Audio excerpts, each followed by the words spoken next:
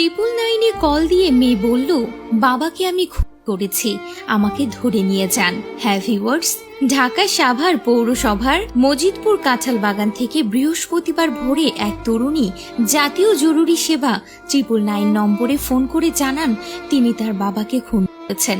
তিনি আত্মসমর্পণ করতে চেয়ে দ্রুত পুলিশ পাঠানোর জন্য বলেন, কিন্তু কেন নিজের বাবাকে বললেন এই তরুণী, কারণটা জানলে আরো অবাক হবেন। খুনের কারণ হিসেবে তিনি বলেন তার বাবা তাকে 4 বছর ধরে করে আসছিলেন।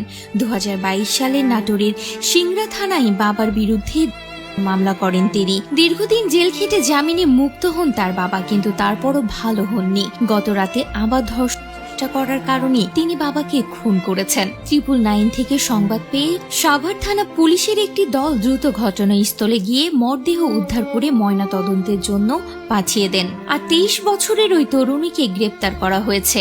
জানা যায়, নাটোর জেলার সিংড়া থানার ভগা গ্রামের বাসিন্দা সে ব্যক্তি।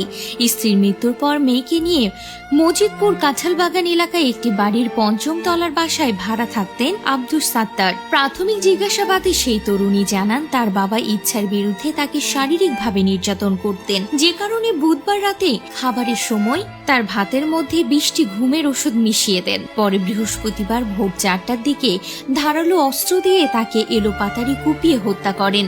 ঘটনাস্থলে যাওয়া সাভার মডেল থানা পুলিশের এসআই ইমরান এ বিষয়ে 999-কে নিশ্চিত করেন।